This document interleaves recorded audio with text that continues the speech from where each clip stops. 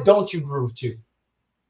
You seem like you would do a lot, though. I feel that energy. Like, for instance, it depends on if I'm in the mood, because like there's a time for like punk. There's a time for metal. There's like in the Bible, the time for everything. Right? There's a time for hip hop. I thought you was reciting the scripture. Is there anything better than a trip getting ready? Nope. For a long journey where our podcast released a new epi, searching for a fade fiending, new fixation. Giving this a subscribe is the same sensation. Started with the day ones, they gave us fuel to support the season. Could have been anywhere in the world, but you're here for a reason. Notification bells, tap some friends, all to let you know. Check your Bluetooth, connect, talk your Wednesday night. Welcome in, everyone. Episode 189, McLaughing, with our guest, Rochelle McConico. Rochelle. I'm here. Our bell. Man, this is good. This is good. This is what I want. I wanted you on this pod. It finally happened. Well, then shoulder shake. I don't see you shoulder shaking that. Oh, that tells me how excited. I'm dancing on the table. That's how cool I am. Up here, it's all pod. Down low, tap dancing. You can't even put me out right now. You got some river dance going on down there. You know what? Maybe I could betray a little bit. No, because I can't give away the secret. See, I was about to tell you my step, what I was doing. But no, I'll keep that to myself. I want the listeners to wonder. I wonder what he does over there. Yes. It are Latin dance. You name it. Little salsa, bachata, cumbia. I need to see what shoes you have on under the desk. That's all going on underneath. So I want to know, do you dance? Are you a dancer? Yes. Oh. But not like a trained or anything of that. No, that's fine. I think those are some of the best dancers, the natural. We call it social dancing. Mm-hmm. So the last cookout you was at, were you dancing?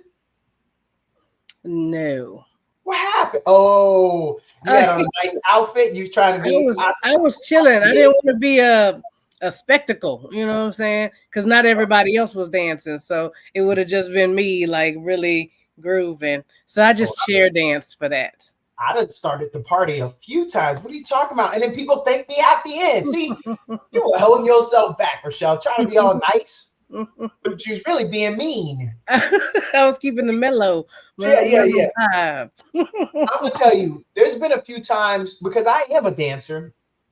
Me and my lady, we like to partner dance, and we'll partner dance to anything. But there's been a couple of outfits where I realized at the end, hey man, I wish I wouldn't even. Why couldn't I sit still? Because sweated the whole thing. God, I could have wore this to bar mitzvah. Ain't happening now. Yeah. So I like to dance. I kind of like to be in my own groove. I'm fine with being in a place and closing my eyes and like dancing and just hearing the music and being in that vibration. Yeah. Okay, Rochelle, if I'm dancing, I'm in the middle of the floor. Maybe I got a drink or not. I don't think you're a real dancer if you got that drink, because that drink is limited. But okay, I'm sitting here. But if I do the overbite, are you judging me because I do the overbite? Well, no, it looks like you're getting into it. That look like you having the most fun. Like, oh, y'all ain't seeing this. Y'all better catch this. Like, oh, he getting it. Oh, all right. Okay. You know, that makes, you could be doing anything, but you put that in there, that little emphasis, and now we got to cheer for you. Like, oh, yeah, all right. To know, because they must have missed something. Maybe it was that last lyric. Maybe it's that bass line. Y'all ain't up on this. Where y'all at? Okay. That was the boom. Oh, you don't know that. Where I'm from, this is how we do it. Bro, you went to high school with me. Oh, but I'm saying you weren't with me in middle school. This is how we did it back in college. We is a general term. Okay, then, Rochelle, how about this? Last time you was at the club, not performing. You know what I'm talking about. Traditional club atmosphere. Maybe some friends and family asked you out. Were you dancing there? Or were you sitting at the table drinking, holding up the wall? Did you dance there? Well, I went to the Mayfair, to listen to Kendrick Lamar. They was doing his whole like discography or whatever. Yeah. And so I went to go to that. And first, you got to come in and you got to check the temperature. You know what I'm saying? You got to find your spot. Then you post up. Energy ain't hitting over here. You might have to do something else. You know what I'm saying? But me, I had to go by the DJ booth where the speakers that you're gonna get that vibration in your body, right? Yes. And I stood there for a while and watched folks and like, all right, and then now we on it. do. They not like us. Hey, yeah. Now we in the things, and everybody comes and we're all jamming. So that's a good feeling, dancing together. You got me. I didn't know we was gonna go here, but we go with the flow on talking with Donato. I gotta know then. What was the last formal event you went to, and did you dance there? When they said, "All right, that's the formal part of the award show. It's over. We got a DJ. We're gonna have this floor open for all of you." Did you dance there? Well, I don't go to many formal events, but if I was at, like, for instance, a wedding, yes, I would dance. I'd probably be dancing with a drink or a piece of cake at that point because I'm just in the vibe. Where's the attention supposed to be on this married couple and all that? So I'm just y'all doing it. Yeah, right. Wait, I know. Come on, man. Everybody, mama, tell them don't be dancing and eating and saying you can't talk with food in your mouth and you can't dance with food in your mouth. Rochelle, did you know that? Now you can do a great little two-step. And the fork becomes part of the dance. Boom.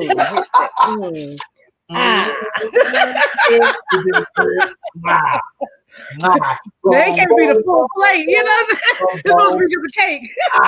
Yeah, I like that. Hey, you know what you just did? You just set me up for the next wedding I go to. Going by my damn self. I ain't taking my wife. I'm going by myself. All I need in this life of sin is cake and a fork. And that's it. That's what you just said. That's all I need. Now I ain't got to pay for her outfit, her hair, her nails, all that stuff to accompany me. But you can't. But here's the thing: you can't dance with cake like you dance with your woman. You can't do that. That ain't the same. You can't groove. You can't be like groove. You can't spin it. You know what I'm saying? That's only for the two-step, the bop. But you need your wife to be turning. Michelle, didn't I tell you when I'm with wifey, I sweat out stuff. Yes. With that cake and that fork, once it's gone, it gone. And you said it's only a two-step. When I'm with her, man, I'm trying to Saturday Night Fever that joint. I be dipping her, spinning her, let her fall into her arms. She pick me back up, but I'm gonna take it easy if I do the cake. You fall into her arms and she picks you back up. One move. We got this y'all one be going. I don't even really telegraph it. Really, that's true partner social dancing. And so there's times where I'll dip her. But then there's a time where I'll turn my back to her. She's behind me doing a little mimic. And then I just fall all the way back into her arms. She catches me and then she throws me back up to my feet. Yeah. We don't mess around. Yeah, y'all serious. No, I know we out there. I know we out there on some viral. Look up couples dancing at the park. We don't, we dance everywhere, but yeah, y'all be getting it. Okay. Man, we don't mess around. I love that. Yeah. Okay, how about this then? What music don't you like to dance to? Like if this come on, you're like, man, I'm good. I'm gonna just go ahead. That DJ it'll get through. It's about 2.5 minutes. Next song will be on. What don't you groove to? You seem like you would do a lot though. I feel that energy. Like for instance, it depends on if I'm in the mood because like there's a time for like punk. There's a time for metal. There's like in the Bible, there's a time for everything, right? There's a time for hip hop. I thought you was reciting the scripture. I thought is that Revelations? Revelations Friday night. Is that what 7:15? Revelation 7:15 p.m.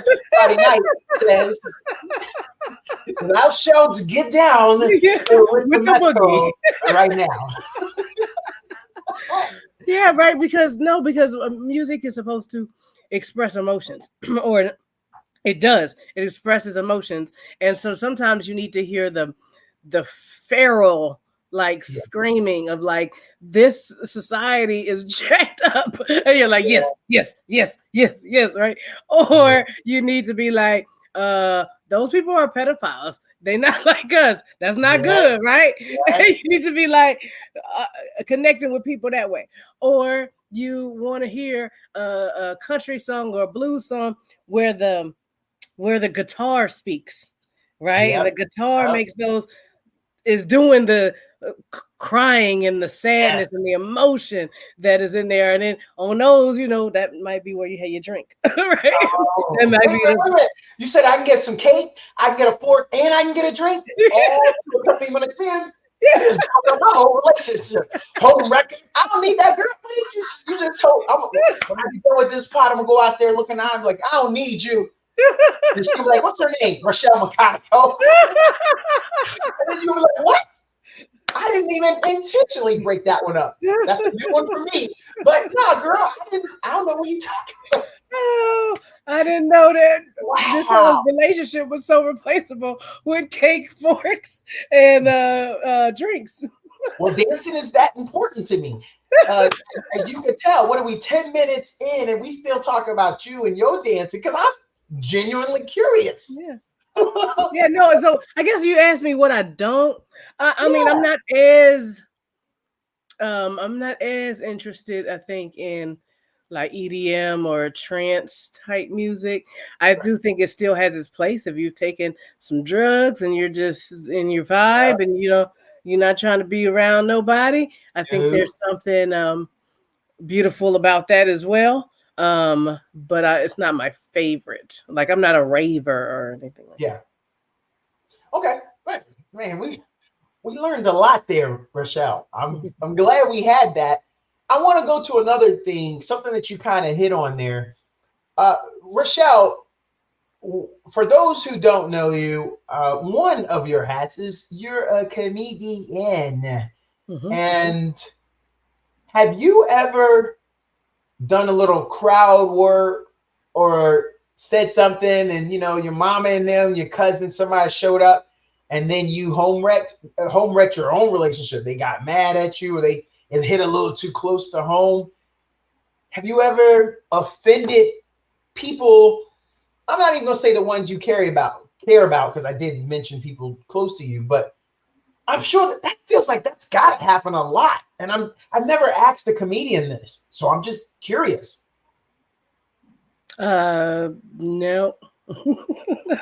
Mostly because more than likely my family doesn't come to stuff, Oh, and so I I have offended them in the sense of like at home when I'm like trying to show you the video, and then I'm like, oh, I say pussy a lot. Okay, yeah, maybe go to this joke. Oh no, this joke too. All right, yeah, or I'll talk about my mom being sick and that relationship and things, or yeah, if I talk about my dad, which I have jokes in there. So I yeah, think those are areas that I think really it was not about we didn't even get to the part of mom and dad and all of that. I think yeah, just expressing sexuality was difficult for my family. That's just kind of the way it's like a repression. Like female virtue is more understated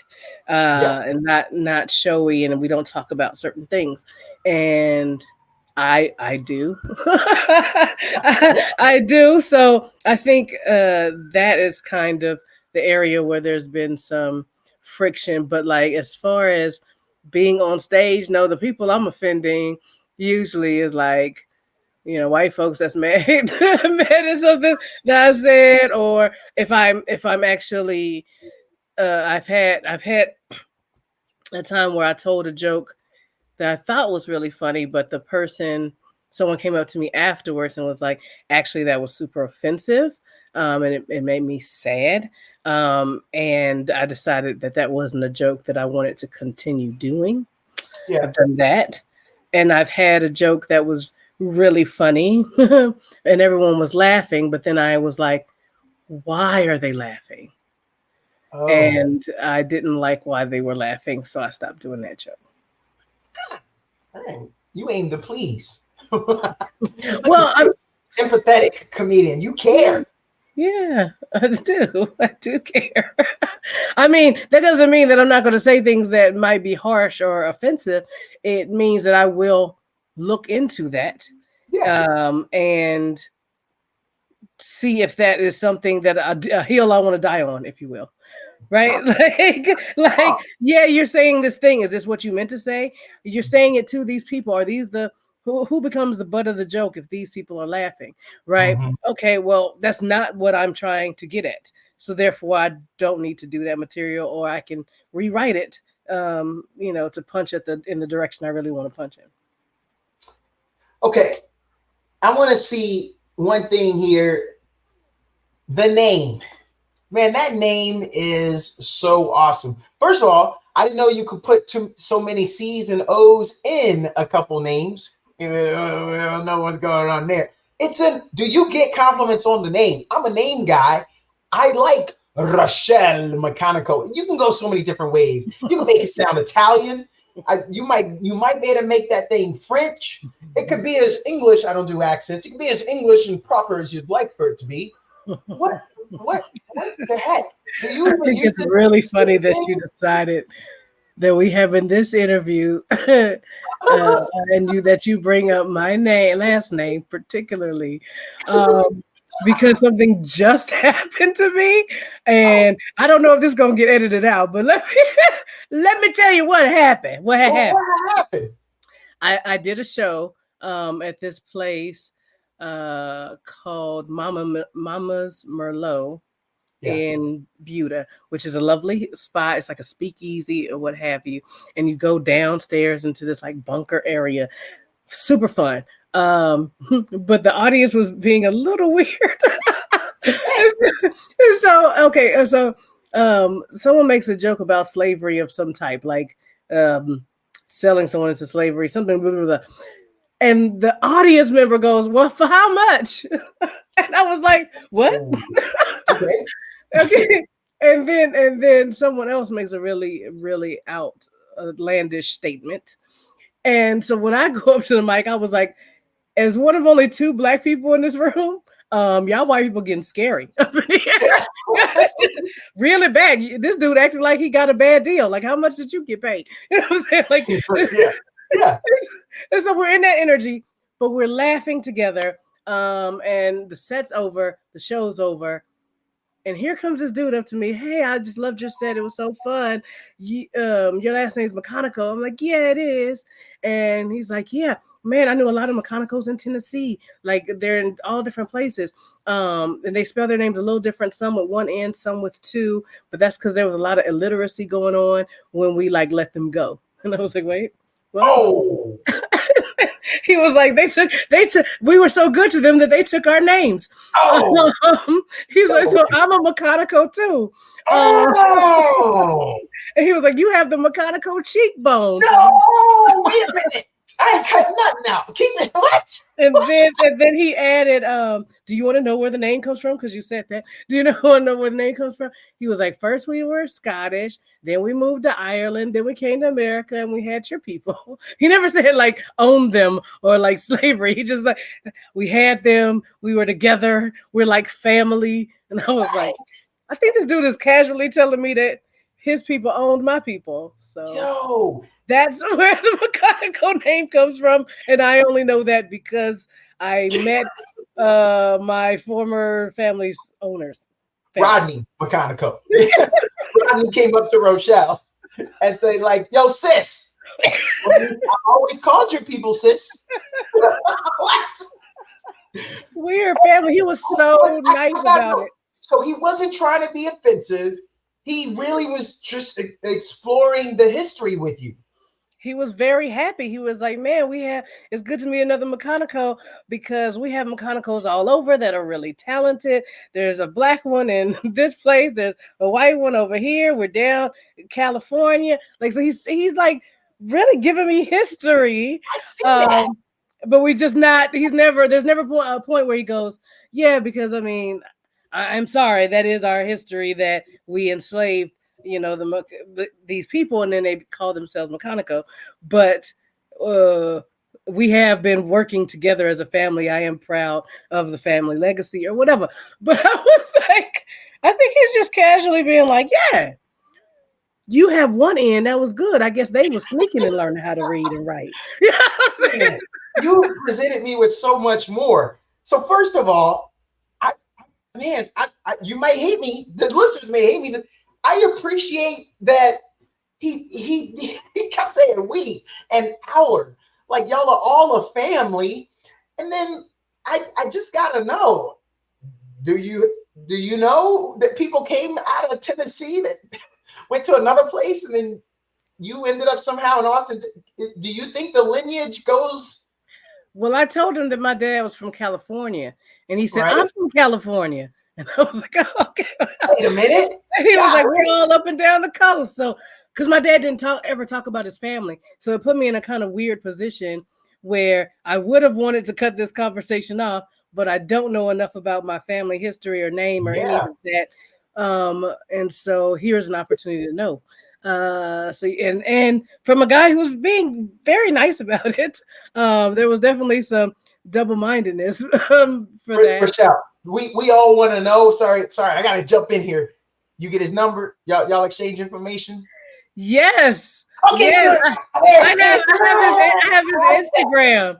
And I'm like, I met the person who owes me reparations. Like, wait, no, Rochelle, that's not where we going. See, let's get it. Let's get it. I know who I gotta get the money from. And look, if I do some fraud or whatever off that dude, it's okay because he owes me. That's my money. You know we gonna air this on IG, and then he gonna see this and he gonna block you, and you'll never hear from him again. Now. Oh well, hey, if you listening, I would like to say I think you owe me a plane ticket somewhere. I mean, give back, brother. Give back, fam. Okay, fam. You literally got free labor, so give back. I gotta ask something else then. The next time his family have a reunion, I'm just saying, if they're like him, it sounds like they may want some of y'all to roll through. I mean, it kind of sounds like that. Like, hey guys, no harm, no foul, right? Like, are we cool now? It's been a while, you know. Yeah, that was last year. Come on, man. Y'all still this year energy. Y'all seem like y'all really holding on to that. Okay. Tennessee. All I'm saying is they got to pay for stuff. That's all. I would go to all the things. I'm part of this family, but I already paid. Like my people paid, so now it's your turn to pay. That's all I'm saying. That's true. There's some back wages that need to be brought forward. You know what I'm saying? No, because actually, like in a real way, 40 acres and a mule right now is worth about $160,000. I know it's not as much as you think. Right, but $160,000 for every human Black person who could trace their lineage back to slavery. So that's a lot of wealth created and taken out of the Black community, right? So it is owed. Like it really is owed. No. But Norway has this thing that they do. They actually provide a fund to everyone in the country, and it comes out to about $200,000 per person. Now, Norway is not a big country, but we ain't talking about the whole United States of America. We started with the Black vote, which is what, 14% of the population by those numbers, census, whatever. So, hey man, gotta start somewhere. Yo, they got billions of dollars for other things. They make money. They can print it when they need to. Print mine. Print mine, man. I normally don't talk politics, but I am quick to say that when we're giving billions away to other people in conflicts, places, what did Muhammad Ali say? He said the Viet Cong ain't never called me. Yeah, that's right. So if we send in money to countries that you and I both know would never be on our list of places to visit, what we doing, man? What we doing? What we doing? Yeah, I mean, most times people, like, I've read things where people say, with the money that we've sent, we could eradicate homelessness. We could work on our healthcare system, right? There's like a lot of other ways that we could spend our money, but we usually spend it in war and military stuff. That's where all our money really goes to. And so for me, I'm like, y'all have a debt that is owed. Like I think the Japanese received reparations. And Yes, I'm sir. like, okay, so you understood. We We did did. this. It was bad. We owe you. Well, you owe us too.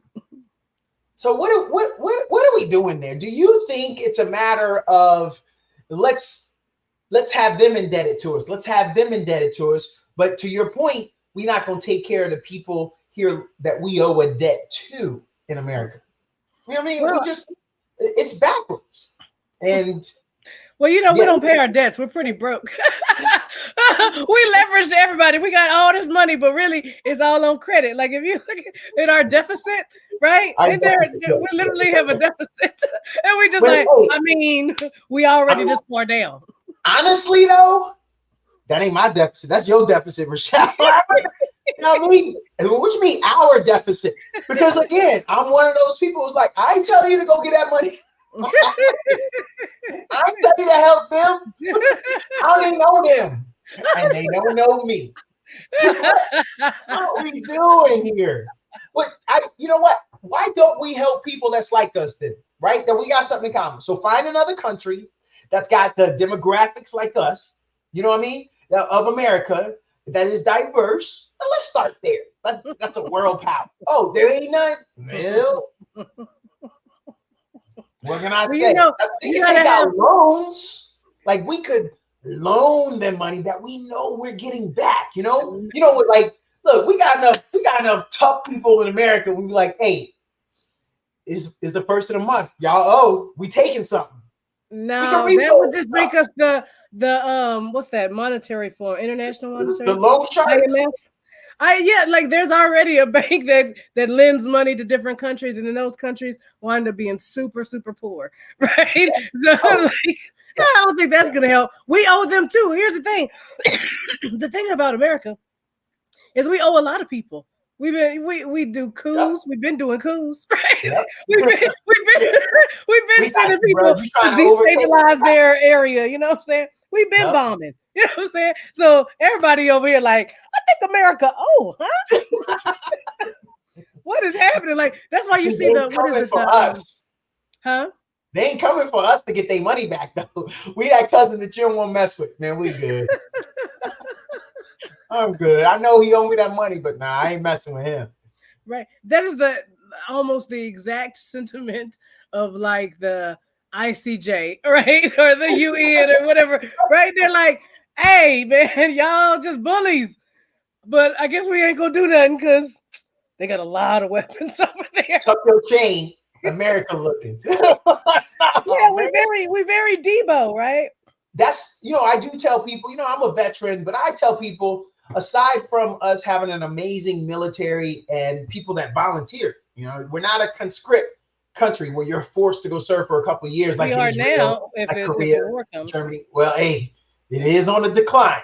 Everybody ain't volunteering like they used to. You know what? It's also the fact that we are the standards are not what they used to be, as in the standards are a little more strict as far as like meds for recruiting. So a perfectly good Donato could show up, but if I tell them that I was on some type of Ritalin or some ADD or ADHD thing, now they want all this info.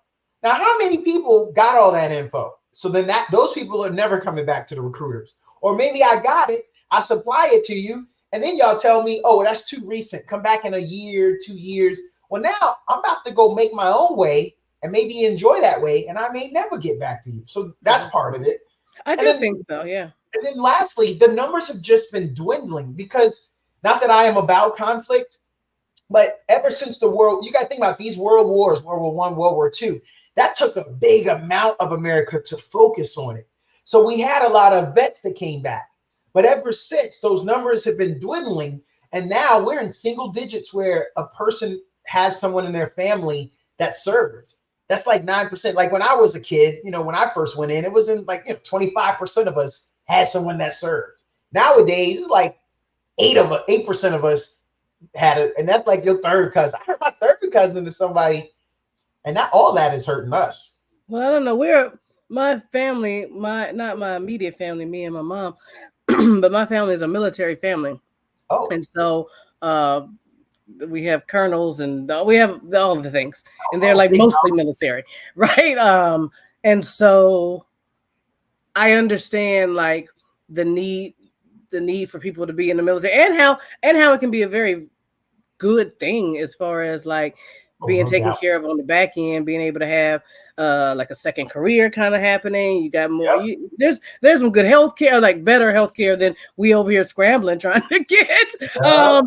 So there's a lot of benefits to that. But I think we started to scale down because we were trying to not be always Yes. warring. Like, Yes. I mean, here's Yes. the thing: if I That's make a gun, I'm gonna want to fire it. After a while, the paper just ain't doing it. You know what I'm saying? After a while, who was talking? Who owe us Hey, money? when What did you you in say a over there? line with your new shoes and you by yourself and a group of people step on your shoes, be like, oh, my bad, man, my foot was in the way. But then when you in line with all of your people, you deep, and they step on your shoes, like, what? What? Let's go. You know. There's a difference. No, you're spot on. I like your part, because that's another part of it. I agree. Okay, so then, Rochelle, I mean, let me tell you something. I've been in other countries. I lived in Germany for 3 years. I lived in Korea for a year. So I met people from those countries, and they're like, "Yo, what y'all doing? What y'all smoking on in America? Why do y'all intentionally join a military?"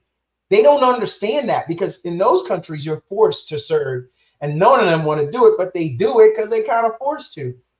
So my thing is, I think we need to look at our medical standards, and I think we need to maybe lax it, because if there is a big population that wants to serve and they're medically disqualified, we wrong. I'm gonna tell you, I had a job one time. I had a job in the Army, and I worked at a gym handing out towels. I was a perfectly fit soldier. Now there's a lot more to it. That'd be a boring. You have to catch me whenever somebody brings me on lay pie and we talk about me. But tell me that ain't a job that a person that's in a wheelchair couldn't do. And they serve in the military. And then all that stuff you just said, medical for the rest of their lives, a good retirement. That person could serve 20 years doing that job and some other jobs. And then that's one less, I hate to say this, able-bodied person we got to bring in, because we taking all types. I mean, I like that the idea of service should be broadened, and what Yes. Matching, what is actually needed. How able do I have to be to do these particular jobs? I might be the brilliant. I need to be a strategist, but I'm in a wheelchair. You know what I'm saying? So and I can still be brilliant. Like that doesn't preclude that. So. Yeah, no, it's it. And some people are confined. Look, I'm a biker boy. I don't went 177 miles per hour on a motorcycle, confirmed. Yes, confirmed. And any little small incident could have made me end up in a wheelchair, but I survived. I had no issues. So it's that degree of change that I could still be the same person. I could still be the same person that honorably served, who the Army loved having. Just something changed. But they would have never gotten me if they would have been like, "Nah, bro, you in a wheelchair. We can't do nothing with you." Yeah. But we'll take I'm using wheelchair, but we're taking other people and we're using them everywhere else in our life, and they're good enough for that. I mean, I think everyone who wants to serve and is in the mental capacity to do so, because some, the stress can make you a Full Metal Jacket type stuff, right?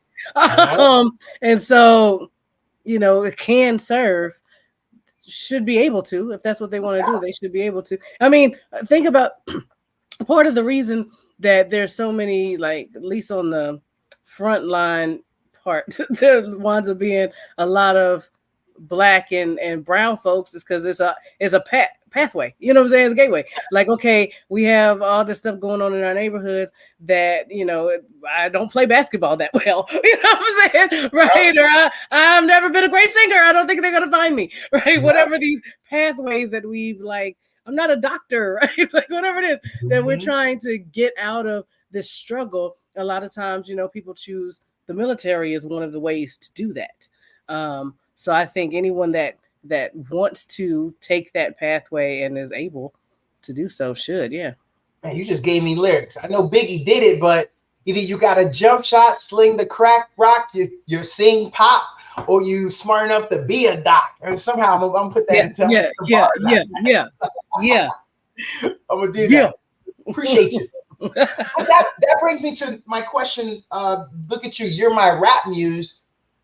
What or who is your comedy muse? What puts you into that mood to write? What gets you there when you're like, man, let me create some stuff here? Oh, I don't think I have a muse in that way. Like not a person or anything. Like I'm not gonna go watch some comedy specials and then be like, oh, I feel like writing. Actually, usually the opposite. So like I enjoyed them, and I might be looking at the structure or how something works, how the design is underneath, but that's not for my creativity. It's for formatting purposes. Yeah. You know, looking at like, okay, what is the difference in their delivery in podcast versus on a streaming site versus a live, you know, all those things. So that's a different piece of my brain. But to write, I just need life for that.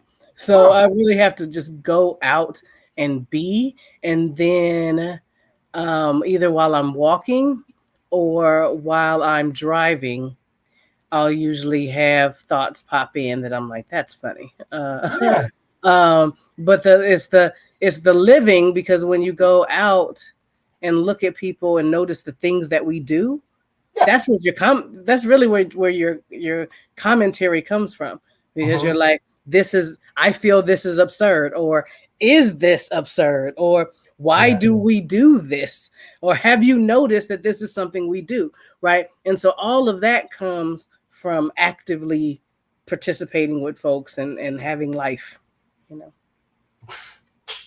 Rochelle, so now people realize why I was so excited to get you on, because this has been amazing.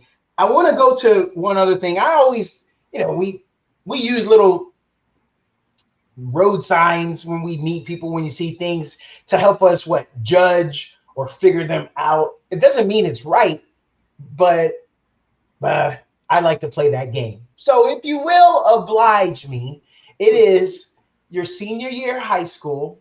Now, whether you brown bagged it or not, stay with me. You just got out of the cafeteria line. The lunch dude just went schlop, put that chili on your plate. You know you shouldn't be eating it, but you're going to give it a whirl. You come out that line. What table are you about to go sit at? The jocks? The nerds? What groups were you sitting with? Well, where are the black people at? Now, they over there in the corner. You gotta I gotta know where the black people are. Wherever the black people are, that's where I'm sitting. Wherever we at, that's me too. I'm over there. Oh, so Rochelle, you over there in the loud section. Oh, no, I ain't say that. I mean, when I was in college, they had a table right in the center of the cafeteria that all the black people would sit at, and they would play dominoes and spades and stuff. That's the table to be at, bro. And so that was where is it live at? Where the party at? All right. Okay. If I sit with the black people, chances are it's gonna be live. Okay. So then you're great. This is why I asked that question, because now I see something which I gotta ask. So you feel comfortable? Let's say you don't know anybody in. You still you think then college or even now, you feel comfortable enough to roll up and be like, yo, what's up, y'all? What we doing over here? let's see. I usually feel comfortable most places that I am because I Wow. can see the humanity that unites us. Uh-huh. So if I'm probably most comfortable around women. Yeah. Um, but I once there's a certain amount of white women, then I'm like not comfortable again because now I got to deal with whiteness, which is Yeah, different than it just is. being a woman, right? And so now I got to deal with a whole lot of whiteness. So I like a mix, okay? Uh-huh. Get some colors and different Blood mix. perspectives and stuff in there. You know what I'm saying? Like I feel like if I had considered a table, it would look like similar to my like fifth grade, fourth grade photo, where there's like everybody. There's lots of sprinklings, You know? or like the how that we grew up with this multicultural training, and you look at the book, and the book got somebody got a kufi on, like somebody's in a wheelchair, right? Like if I could sit at a table, if I could choose what the table looked like, that's what it would look like. It would have a lot of different people. Rochelle, you sound like me, and I don't meet many people that are like that. Like you sound, like I think is like me. One of the best groups I ever had was in college, and I had a group that we played all the intramural sports together. We had your white surfer dude. We had your tall, skinny dude from Long Island, New York, rich dude. His dad was real famous. We had a Middle Eastern dude. His dad came to this country, and you know what his dad owned? Bunch of convenience stores. We had an Asian dude in our circle. Now, come on, even listeners, y'all know how rare it is. Some of y'all ain't got no Asian dude in your top 25 people you texted. We had an Asian dude who played basketball with us. He was good at softball. He was good at flag football, and he was a down dude. Like that's the diversity of that group. We had in that group literal. When you think of somebody from Nebraska, yep, boom. I wanted that image to go into your head. This dude was like 6'4" from Nebraska. You know, the reason they're called the Cornhuskers. Goofy looking, and he was, and his parents did own a cornfield, so he was the stereotypical Nebraska dude. That was one of the best circles I had in my life. We had so much fun. We all learned about each other. Mm-hmm. Not many people will ever get that. Well, I mean, I went to. First of all, I think one thing you're bringing up is sports. That sports can be something that unites across different races and things like that. Because playing volleyball, I played volleyball with like just a meetup group for many years in New Orleans, and it was such a diverse group of people to be around, and that was super fun. But also, I went to a Holt International Business School. And it is an international business school in that I was a triple minority. I was Black, I was a woman, and I was American, right? And all of those were the minority people in those spaces. So most people spoke different languages. They're from Germany, they're from India, they're right. And I'm like the dumb American that speaks one language, right? And I'm like, I don't even know what nobody's saying up in here. What you doing? So we would have meetings, and there'd be a dude from Russian from Russia, right? Chinese from China, right? Like everybody from all different countries doing work together. So I like those type of spaces. I think they're fun. Yeah, no, and how fun is it since you've had those circles when that dudette wants to share of themselves? So you could like pull up your chair, get close, like, yo, man, tell me what the cookouts look like back in Russia. Yo, Chinese dude, how y'all play ball over there? Because y'all don't do nothing in the Olympics. Y'all horrible. But like back home, who's y'all's Jordan? You know, like that was so much fun to be able to learn and to be able to. But some people will never get that. And why is that, Rochelle? Why is it that sometimes we click up and we don't want to be either uncomfortable and step out, embrace people, bring someone that's diverse into our circle? And I mean, any type of ethnicity does this. Why is that, you think? I mean, I think you're most times in your social circles, you're looking for stuff that reflects back who you are, how you see yourself.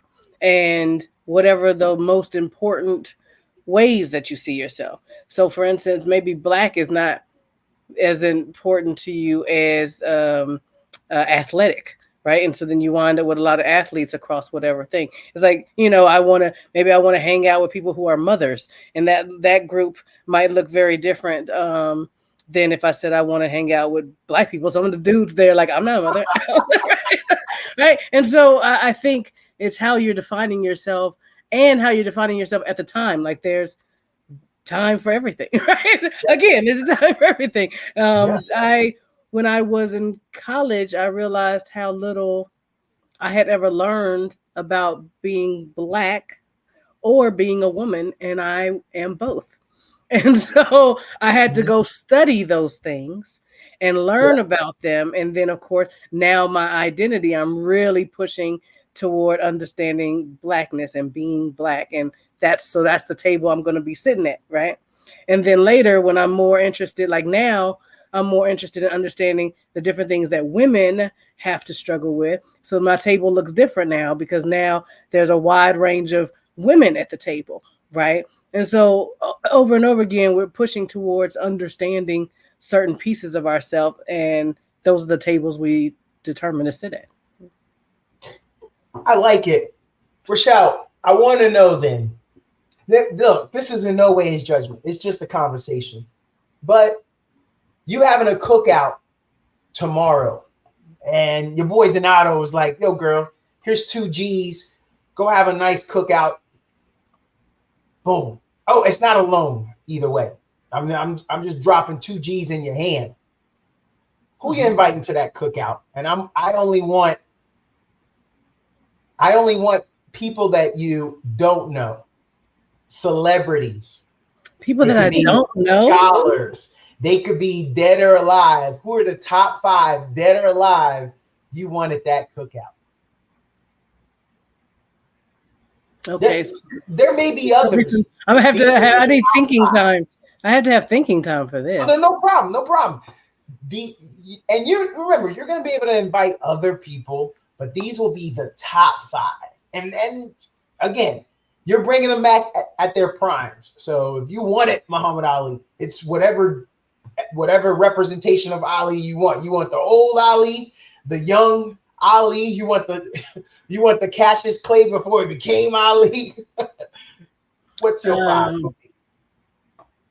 I do not know. I probably would have Whoopi Goldberg there just because I think she's cool and you could learn a lot from her from throughout her career. I mean, she has an EGOT. She got to be able to tell you a lot of different stuff.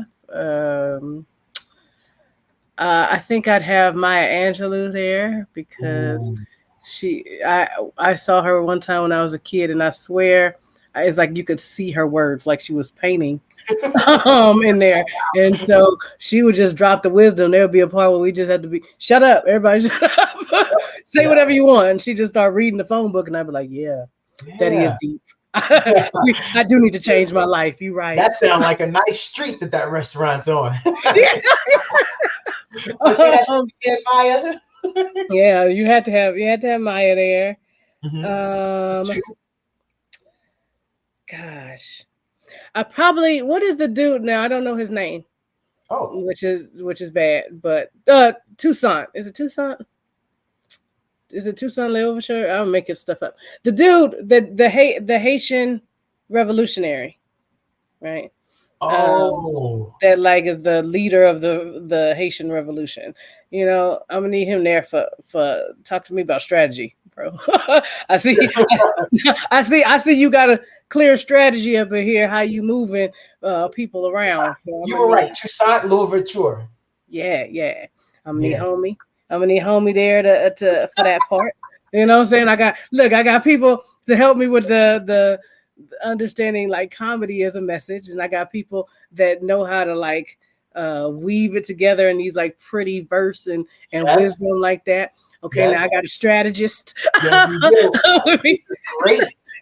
Okay, you only got 2 left though. You only got 2 left. I gotta have Barry Gordy there, right? Because he understands like music and media and like formatting a strategy to move things and like a Ford, like a Henry Ford. Yeah, he had that kind of mindset, but around music. Technically, I would want him and Smokey Robinson, but I mean, because they was together on that work. But if I only had to have one, I'm gonna go ahead and get Barry and let him feed me. You know what I'm saying? And then I think finally, I don't know. Alive or dead. I'm gonna have Jesus there. Okay. I'm gonna have Jesus come through because he understands having like the bridge between the spiritual world and the physical world.